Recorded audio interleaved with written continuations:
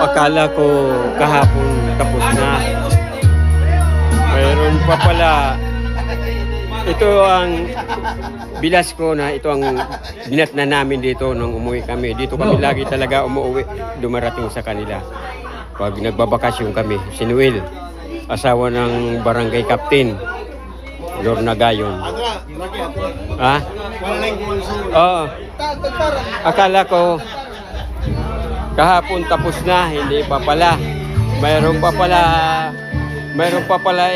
tuloy-tuloy pa pala ito hanggang kinabukasan. Hindi ko alam na ano eh.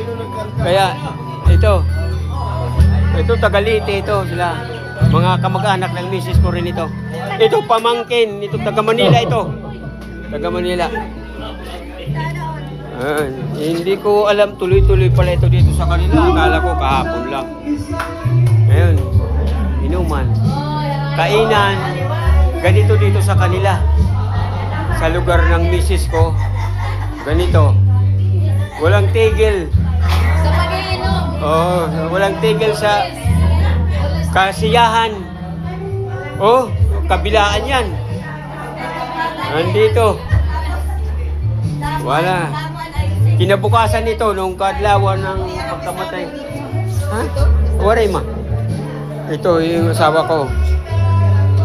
Puno lagi lahat sa bahay ng kapatid ng misis ko. Adi man ni kapitana. Ano na? Adi kaya inaano ko lang, inaano ko lang.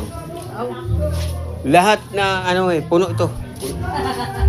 Akala ko tapos na. Kinabukasan. Ayun, nagluluto pa. May lauya pa. Grabe dito pala sa kanila. Hindi katulad sa norte, sa Samar, sa atin, sa Samar, Northern Samar. Yan oh. Kunti-kunti na tuba na iniipis. Sinasalin-salin na lang oh. Ganto, dadadong dito. Dalawang water ka na.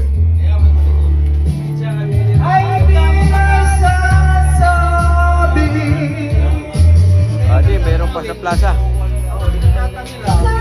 Sige. Bayan pa dito.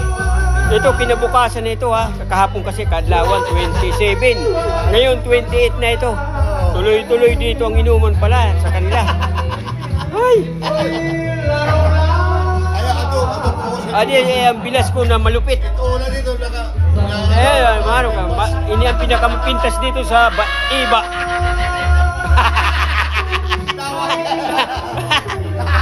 Oo, tuturo-tiriso ka pero mapintas lang ito pag waray ako. Oh. Aliyar laban.